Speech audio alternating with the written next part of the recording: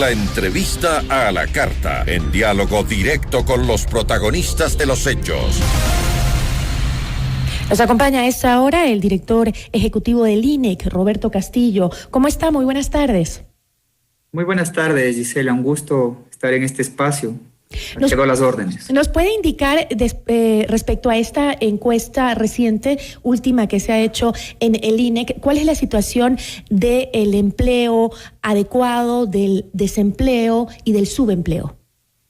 Sí, bueno, el día de ayer a las 9 de la mañana, de acuerdo a nuestro calendario estadístico, pusimos a disposición de la ciudadanía las cifras del mercado laboral con respecto a la situación del mes de septiembre.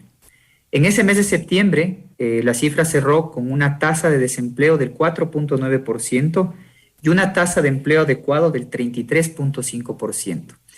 Esto expresado en número de personas, y si lo comparamos, al menos por ejemplo con el mes de mayo, existen dos noticias relevantes.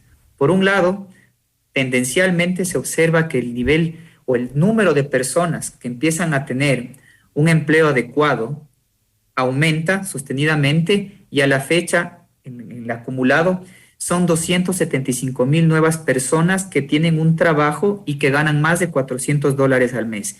Y simultáneamente, el número de personas que han salido del desempleo es de 125,000 personas.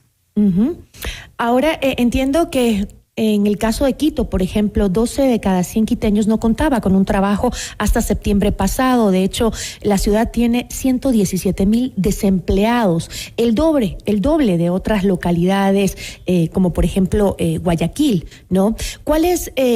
Sin embargo, ahora vemos que la cosa se avisora mejor, ¿no? Que empieza ya a mejorar, sobre todo el empleo adecuado, digamos. ¿Cuáles han sido las condiciones para que haya disminuido el desempleo de manera general en el país?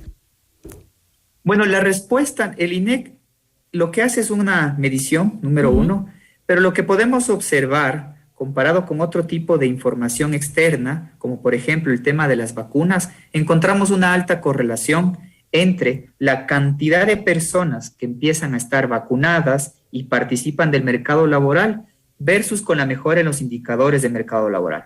Me explico. Entre enero y mayo del 2021, apenas se lograron vacunar 1 millón de personas.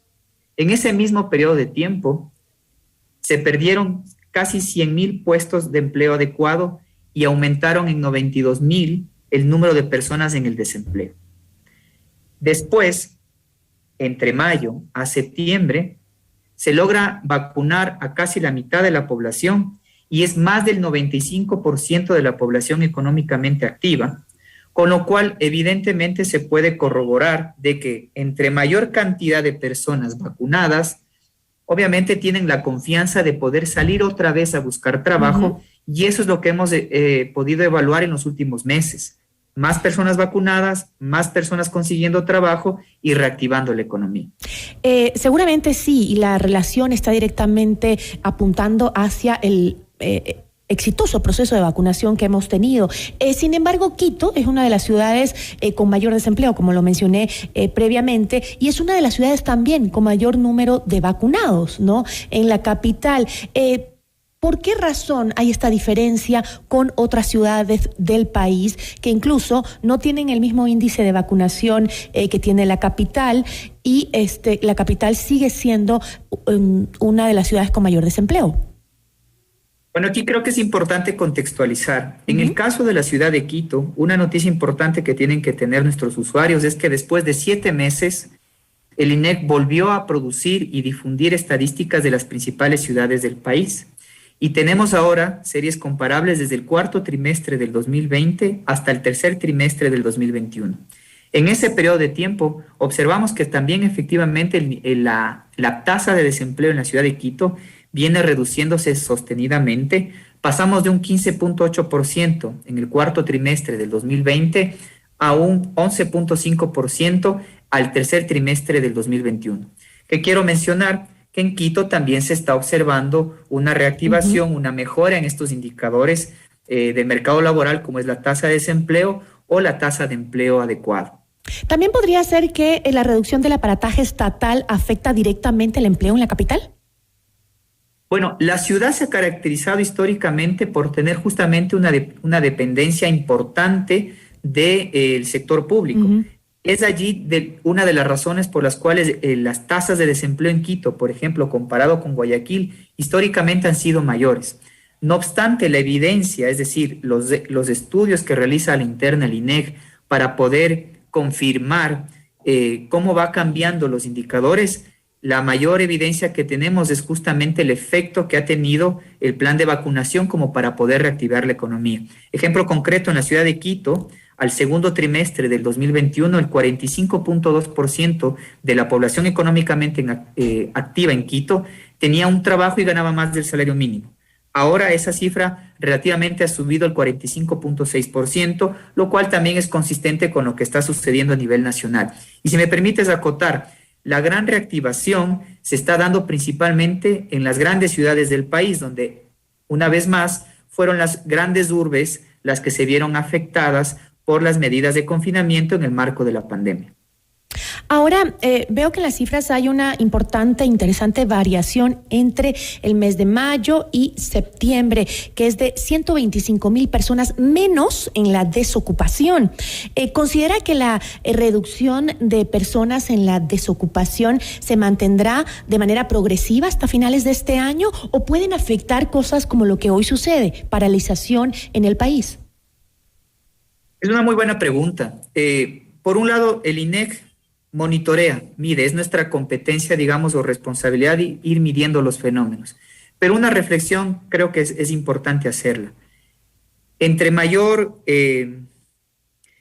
Tengamos estos episodios de paralización de la actividad económica, ya sea por escenarios de pandemia o manifestaciones evidentemente bien justificadas, necesariamente va a afectar la actividad económica. Los indicadores de mercado laboral son extremadamente sensibles a este tipo de escenarios.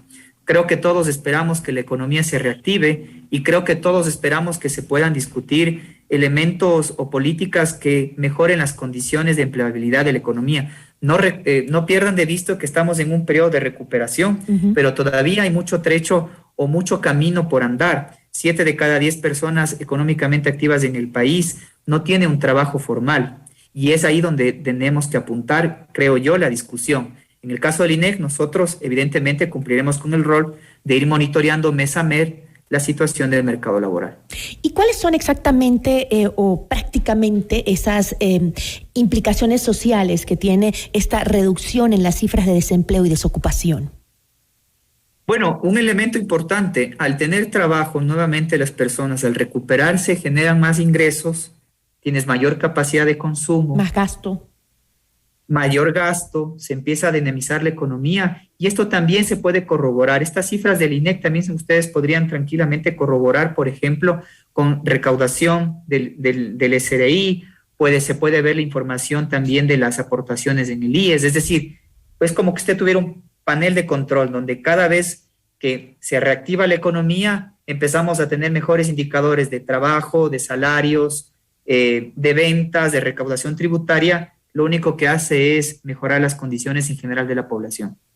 Usted ha dicho claramente, estos acontecimientos podrían verse reflejados justamente en estas cifras que están hacia la recuperación, digamos, hacia la recuperación del empleo, hacia bajar el número de desocupación en el país, pero hechos como estos nos pueden afectar en ese como impulso que estamos empezando a salir con el tema del desempleo, que fue enormemente preocupante para todo el país, ¿no? Creo que ahora valga la recomendación, hoy que estamos en un momento crítico, de decir, no queremos retroceder, queremos seguir generando empleo en el país. Le agradezco muchísimo por haber participado en esta entrevista. Muchísimas gracias, Gisela. Un abrazo. Buenas tardes. Una buena tarde. Roberto Castillo, director ejecutivo del INEC. Esto es Notimundo, la carta siempre bien informados.